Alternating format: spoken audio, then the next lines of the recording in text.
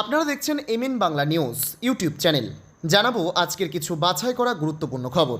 প্রধান সংবাদগুলি জানার আগে দেখে নিন আজকের সংবাদ শিরোনাম। বাংলার মসনদে শুভেন্দু, মন্ত্রিসভায় আর কারা কে কোন দপ্তর পেলেন, সম্পূর্ণ তালিকা এলো কি? শুভেন্দুকে সামলান, মুখ্যমন্ত্রী ঘোষণা হতেই মোদীকে হুঁশিয়ারি বাংলাদেশি মৌলবাদীদের। 15 বছর পর রাজ্য সরকারি বিজ্ঞাপন পেল সিপিএম এর মুখপাত্র, প্রথম পাতায় মোদী শুভেন্দুর ছবি, কি বলছে আলিমুদ্দিন? ব্রিগেডে মুখ্যমন্ত্রীর শপথ গ্রহণে বাংলার জনশক্তিকে প্রণাম প্রধানমন্ত্রীর। মাসে 3000 টাকা লক্ষ্মীর ভাণ্ডারের পর এবার অন্নপূর্ণা ভাণ্ডার, কারা পাবেন এই বিপুল টাকা? ক্লিক করে জানুন শর্তগুলো। শুভেন্দু অধিকারীর শপথে হাজির প্রসেনজিৎ, জিৎ, যিশু। টলিউড থেকে হাজিরা দিলেন আর কারা? মুখ্যমন্ত্রী হিসেবে শুভেন্দুর নাম প্রস্তাব দিলীপের, গাড়িতেও বসলেন। পাশাপাশি নতুন সরকারের বড় দায়িত্বের ইঙ্গিত। ক্ষমতা হারালেন মমতা বন্দ্যোপাধ্যায়, সাবেক মুখ্যমন্ত্রী হিসেবে এখন কি সুযোগ সুবিধা পাবেন তিনি? মমতাকে হারিয়ে কুর্সিতে শুভেন্দু, বাংলার নতুন মুখ্যমন্ত্রী, মাসে কত বেতন ও ভাতা পাবেন জানলে চমকে যাবেন।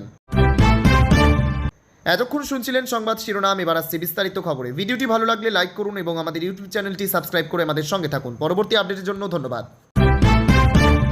রাজ্যের নবম মুখ্যমন্ত্রী হিসেবে ব্রিগেড প্যারেড গ্রাউন্ডে শপথ নিলেন শুভেন্দু অধিকারী। মন্ত্রী হিসাবে শপথ নিলেন দিলীপ ঘোষ, অগ্নিমিত্রা পাল, অশোক কীর্তনিয়া, নিশীথ প্রামাণিক, ক্ষুদিরাম টুডু। উল্লেখ্য, এদিন সাঁওতালি ভাষায় শপথ বাক্য পাঠ করলেন বাঁকুড়ার রানীবাঁধের বিধায়ক ক্ষুদিরাম টুডু। শুভেন্দুই হচ্ছেন রাজ্যের পরবর্তী মুখ্যমন্ত্রী। আগামীকাল অর্থাৎ শনিবার কলকাতার ব্রিগেড প্যারেড গ্রাউন্ডে নতুন সরকার শপথ নেবে। জেনে নিন বিধানসভার কে কোন দায়িত্ব পেলেন। এই তালিকায় মাননীয় মুখ্যমন্ত্রী হিসেবে শুভেন্দু অধিকারীর নাম প্রস্তাব করা হয়েছে। তার অধীনে স্বরাষ্ট্র ও পার্বত্য বিষয়ক কর্মীবর্গ ও প্রশাসনিক সংস্কার, ভূমি সংস্কার এবং উদ্বাস্তু ত্রাণ ও পুনর্বাসন এবং কর্মসূচি তদারকির মতো গুরুত্বপূর্ণ দপ্তর পেলে জেনে নিন যার অধীনে পঞ্চায়েত ও গ্রামীণ উন্নয়ন এবং পশ্চিমাঞ্চল উন্নয়ন বিষয়ক দপ্তর দেওয়া হয়েছে, যার দায়িত্ব শিল্প, বাণিজ্য ও উদ্যোগ এবং তথ্য প্রযুক্তি ও ইলেকট্রনিক্স বিভাগ রাখার কথা উল্লেখ করা হয়েছে। Suvendu Adhikari, CM, West Bengal, BJP, cabinet 2026। পশ্চিমবঙ্গের নতুন মন্ত্রিসভা, দিলীপ ঘোষ ডেপুটি সিএম, অগ্নিমিত্রা পল, শুভেন্দু অধিকারী। পশ্চিমবঙ্গে বিজেপির ঐতিহাসিক জয় এবং শুভেন্দু অধিকারীর মুখ্যমন্ত্রী হওয়ার পর বাংলাদেশের একাংশে উদ্বেগ ও ক্ষোভের ঝড় উঠেছে। জুম্মার নামাজের পর বাংলাদেশি মুসলিমদের একটি জমায়েতে ভারতের পশ্চিমবঙ্গে বিজেপির ঐতিহাসিক জয় এবং শুভেন্দু অধিকারীর মুখ্যমন্ত্রী হওয়ার পর বাংলাদেশের একাংশে উদ্বেগ ও ক্ষোভের ঝড় উঠেছে। জুম্মার নামাজের পর বাংলাদেশি মুসলিমদের একটি জমায়েতে ভারতের সার্বভৌমত্বের বিরুদ্ধে উস্কানিমূলক বক্তব্য দিয়ে হুমকি দেওয়া হয়েছে। তারা সরাসরি শুভেন্দু অধিকারীকে লক্ষ্য করে বলেছেন, আমরা শুভেন্দুকে সতর্ক করছি। ভারতে 107 জন মুসলিম এমএলএ নির্বাচিত হয়েছে। মুসলিম সংখ্যাগরিষ্ঠ এলাকায় আমরা স্বাধীনতা ঘোষণা করব এবং সেই যুদ্ধে আমরাও অংশ নেব। মোদীকে বলুন এই দুর্বৃত্ত শুভেন্দুকে থামান, না হলে আমরা বাংলাদেশি মুসলিমরা ভারতে ঢুকতে বাধ্য হব। এই ভিডিও সোশ্যাল মিডিয়ায় ভাইরাল হয়ে গেছে। বক্তা স্পষ্টতই ভারতের অভ্যন্তরীণ বিষয়ে হস্তক্ষেপ করে সাম্প্রদায়িক উস্কানি দিয়েছেন। শুভেন্দু অধিকারী নির্বাচনী প্রচারে বারবার অবৈধ বাংলাদেশি অনুপ্রবেশ, রোহিঙ্গা অনুপ্রবেশ এবং সীমান্ত সুরক্ষার ইস্যু তুলে ধরেছিলেন। তার কড়া অবস্থানকেই বাংলাদেশের একাংশ দুঃস্বপ্ন বলে মনে করছে। রাজনৈতিক মহলে এই হুমকিকে অত্যন্ত গুরুতর বলে দেখা হচ্ছে। বিজেপি নেতারা বলছেন, এটা শুধু শুভেন্দু অধিকারীর বিরুদ্ধে নয়, পুরো ভারতের সার্বভৌমত্ব ও অখণ্ডতার বিরুদ্ধেও চ্যালেঞ্জ। দীর্ঘদিন ধরে অভিযোগ উঠছে যে বাংলাদেশ থেকে অবৈধ অনুপ্রবেশকারীরা পশ্চিমবঙ্গ সহ সীমান্তবর্তী রাজ্যগুলিতে ঢুকে জনসংখ্যার ভারসাম্য নষ্ট করছে। শুভেন্দু অধিকারী বারবার বলেছেন, বাংলাকে বাংলাদেশ বানাতে দেব না। তার এই অবস্থানই প্রতিবেশী দেশের একাংশকে চিন্তিত করে তুলেছে। বিশ্লেষকরা মনে করছেন, জুম্মার নামাজের পর এই ধরনের সংগঠিত হুমকি সাম্প্রদায়িক উত্তেজনা ছড়ানোর চেষ্টা। ভারতের নির্বাচিত মুসলিম এমএলএদের উস্কানি দিয়ে বিচ্ছিন্নতাবাদী কর্মকাণ্ডে প্ররোচিত করার অভিযোগ উঠেছে। অভিযোগ ছিল 2011 সালে মমতা বন্দ্যোপাধ্যায় ক্ষমতায় আসার পর থেকে সংবাদপত্র হিসাবে সিপিএমের দলীয় মুখপাত্রকে বিজ্ঞাপন দেওয়া হয়নি। এমনকি এ বিষয়ে সিপিএম আদালতে মামলাও করেছিল, লাভ হয়নি। সিপিএমের রাজ্য সম্পাদক মোহাম্মদ সেলিম, গ্রাফিক, আনন্দবাজার.com। দীর্ঘ 15 বছর পর সিপিএমের প্রভাতী মুখপাত্র রাজ্য সরকারের বিজ্ঞাপন পেল। নরেন্দ্র মোদী, শুভেন্দু অধিকারীর ছবি সংবলিত বিজ্ঞাপন ছাপা হয়েছে এই সংবাদপত্রের প্রথম পাতাতেই। শনিবার পশ্চিমবঙ্গের প্রথম বিজেপি সরকারের শপথ গ্রহণ রয়েছে কলকাতার ব্রিগেড প্যারেড গ্রাউন্ডে। তার বিজ্ঞাপন সকালে বিভিন্ন সংবাদপত্রে দেওয়া হয়েছে রাজ্য সরকারের তরফে। সিপিএমের মুখপাত্র দীর্ঘদিন রাজ্য সরকারের কোনো বিজ্ঞাপন পায়নি। রাজ্যে সরকার বদলের পর আবার সরকারি বিজ্ঞাপন ছাপা হলো সেখানে। রাজ্য সরকারের বিজ্ঞাপন পাওয়াকে প্রাথমিকভাবে ইতিবাচক হিসেবেই দেখছেন আলিমুদ্দিন স্টেপ। দলের অভিযোগ ছিল 2011 সালে মমতা বন্দ্যোপাধ্যায় ক্ষমতায় আসার পর থেকে সংবাদপত্র হিসেবে সিপিএমের দলীয় মুখপাত্রকে বিজ্ঞাপন দেওয়া হয়নি।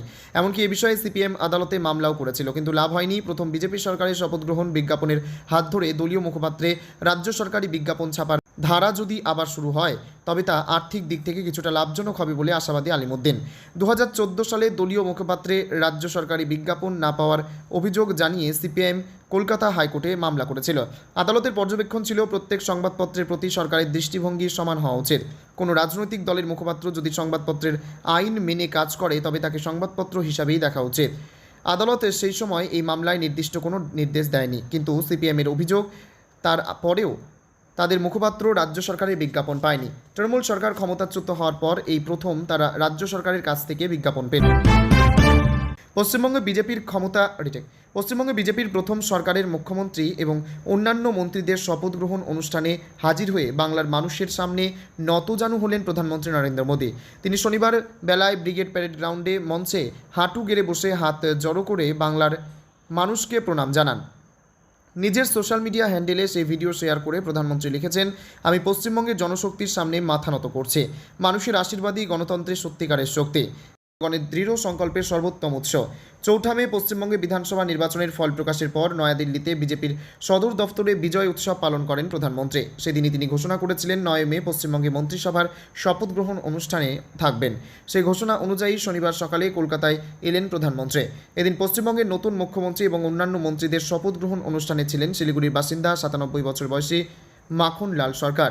তিনি শ্যামাপ্রসাদ মুখোপাধ্যায়ের সহযোগী ছিলেন। দেশাত্মবোধক গান গাওয়ার জন্য তাকে গ্রেপ্তার করেছিল তৎকালীন কংগ্রেস সরকার। এই বৃদ্ধ জীবনের শেষ প্রান্তে এসে বাংলায় প্রথমবার বিজেপির সরকার দেখার সুযোগ পেলেন। তাকে এদিন শপথ গ্রহণ অনুষ্ঠানে বিশেষ অতিথি হিসেবে আমন্ত্রণ জানানো হয়। তার পায়ে হাত দিয়ে প্রণাম করেন প্রধানমন্ত্রী।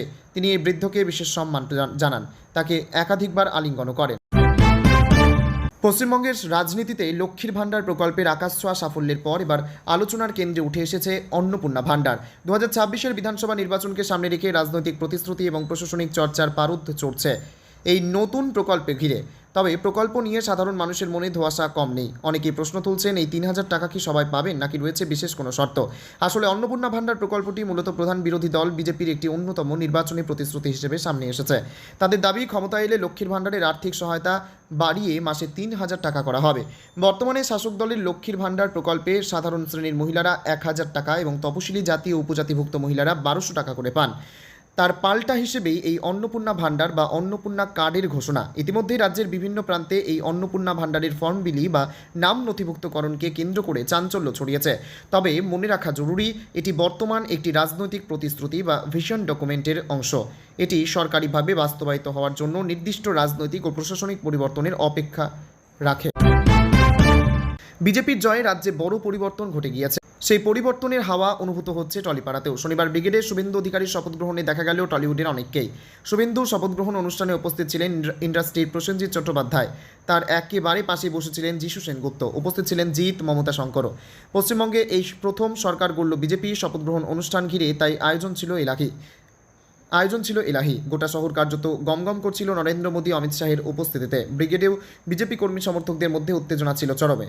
আর সেখানেই দর্শক আসনে দেখা যায় প্রসেনজিৎ, জিৎ, যিশু, মমতা শঙ্কর, অজয় চক্রবর্তী, শঙ্কর চক্রবর্তীরা বিশেষ আসন বরাদ্দ হয়েছিল তাদের জন্য। হাই প্রোফাইল অতিথিদের সঙ্গে বার্তালাপ করতে দেখা যায় রুদ্রনীল ঘোষকে। শুভেন্দুর শপথ গ্রহণে যোগ দেওয়া নিয়ে মমতা শঙ্কর বলেন, ভালো লাগছে, চারিদিকে খুশির বাতাবরণ, খুব আশা করছি ভালো হবে। বাংলা তো বটেই, সারা ভারতের ভালো হোক। পশ্চিমবঙ্গে বিজেপির নতুন সরকারের কাছে কী আবেদন? মমতা শঙ্কর বলেন, সব মানুষ সব ধর্মকে ভালোবাসুন, ধৈর্য হোক সবার মধ্যে, আমরা যেন হিংসার পথ ছাড়ি। তবে শপথ গ্রহণ অনুষ্ঠানে গেলেও সংবাদ মাধ্যমে মন্তব্য করা থেকে বিরত থাকেন জিৎ। অনুষ্ঠান শেষে বেরিয়ে যান সোজা। এর আগে মমতা বন্দ্যোপাধ্যায় যতবার মুখ্যমন্ত্রী হিসেবে শপথ নেন সেখানেও তারকাদের সমাগম চোখে পড়ে। শুভেন্দুর শপথেও তার অন্যথা হলো না। রাজনৈতিক পালাবদলের প্রভাব টলিউডের অন্দরেও ইতিমধ্যেই পড়তে শুরু করেছে। একে একে অনেক তারকাই তৃণমূলের বিরুদ্ধে ক্ষোভ উগড়ে দিয়েছেন। ছবি মুক্তিতে টাকা চাওয়া থেকে আরও বিস্ফোরক অভিযোগ উঠে এসেছে ইতিমধ্যেই। 2020 সালের ডিসেম্বর মাসে যখন শুভেন্দু অধিকারী বিজেপিতে যোগ দিয়েছিলেন, সেই সময় দলের রাজ্য সভাপতির নাম দিলীপ ঘোষ। 2021 সালের বিধানসভা নির্বাচনের পর রাজ্যের বিরোধী দলনেতা হিসেবে দায়িত্ব পান শুভেন্দু। অন্যদিকে নির্বাচনী বিপর্যয়ের পর থেকে দলে আস্তে আস্তে গুরুত্ব কমেছিল দিলীপ ঘোষের। গত প্রায় 5 বছর কোণঠাসা থাকার পর 2026 সালের বিধানসভা নির্বাচনের মুখে ফের দিলীপ ঘোষকে সক্রিয় করে বিজেপি শীর্ষ নেতৃত্ব। এর কৃতিত্ব অবশ্য অনেকেই দলের নতুন রাজ্য সভাপতি শ্রমিক ভট্টাচার্যকে দেন। দলের মধ্যে মাঝে কয়েক বছর ব্রাত্য হয়ে যাওয়ার জন্য একসময় শুভেন্দু অধিকারীর ঘনিষ্ঠদেরই দুষতেন দিলীপ ঘোষের অনুগামীরা। তবে সাফল্য অনেক রাজনৈতিক সমীকরণই বদলে দেয়।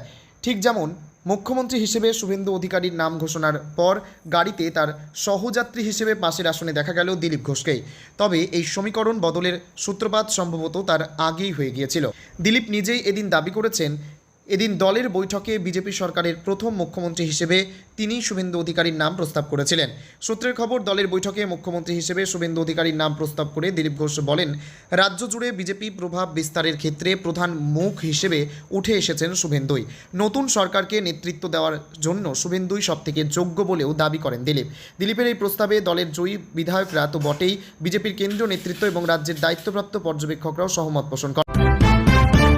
2026 সালের বিধানসভা নির্বাচনের ফলাফল পরবর্তী নাটকীয়তায় পশ্চিমবঙ্গ রাজনীতিতে এক বিশাল রদবদল ঘটে গেছে। গত 7ই মে রাজ্যপাল RN রবি বিধানসভা ভেঙে দেওয়ার পর আনুষ্ঠানিকভাবে সমাপ্তি ঘটেছে মমতা বন্দ্যোপাধ্যায়ের দীর্ঘ মুখ্যমন্ত্রিত্বের মেয়াদের। এই পদ হারানোর ফলে তিনি যেমন বিশাল প্রশাসনিক ক্ষমতা হারিয়েছেন, তেমনি নিয়ম অনুযায়ী একজন সাবেক মুখ্যমন্ত্রী হিসেবে বেশ কিছু বিশেষ রাষ্ট্রীয় সুযোগ সুবিধা পাওয়ার অধিকারী হয়েছেন। তিনি মুখ্যমন্ত্রী পদ থেকে সরে দাঁড়ানোর ফলে মমতা বন্দ্যোপাধ্যায় তার আগের সমস্ত নির্বাহী ও প্রশাসনিক ক্ষমতা হারিয়েছেন। এখন থেকে রাজ্য সরকার, আমলাতন্ত্র, পুলিশ প্রশাসন কিংবা ক্যাবিনেটের কোনো সিদ্ধান্তে তার কোনো সরাসরি নিয়ন্ত্রণ থাকবে না। পদাধিকার বলে প্রাপ্ত মাসিক বেতন এবং সরকারি তহবিলের সুবিধাও আর কার্যকর থাকছে না।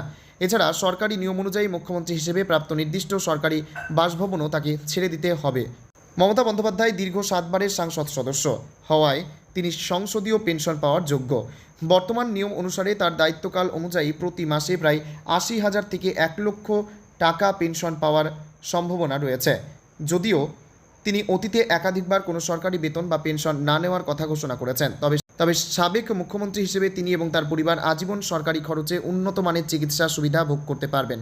ব্যক্তিগত নিরাপত্তার ঝুঁকির কথা বিবেচনা করে সাবেক প্রধানমন্ত্রীদের মতো সাবেক মুখ্যমন্ত্রীদেরও উচ্চস্তরের নিরাপত্তা বলয় প্রদান করা হয়। মমতা বন্দ্যোপাধ্যায়ের ক্ষেত্রেও এই কড়া নিরাপত্তা ব্যবস্থা বজায় থাকার কথা। এছাড়া রাজনৈতিক ও জনকল্যাণমূলক কাজের জন্য তিনি ব্যক্তিগত সচিব ও অফিস সহকারী সহ প্রয়োজনীয় কর্মী বাহিনী পাবেন।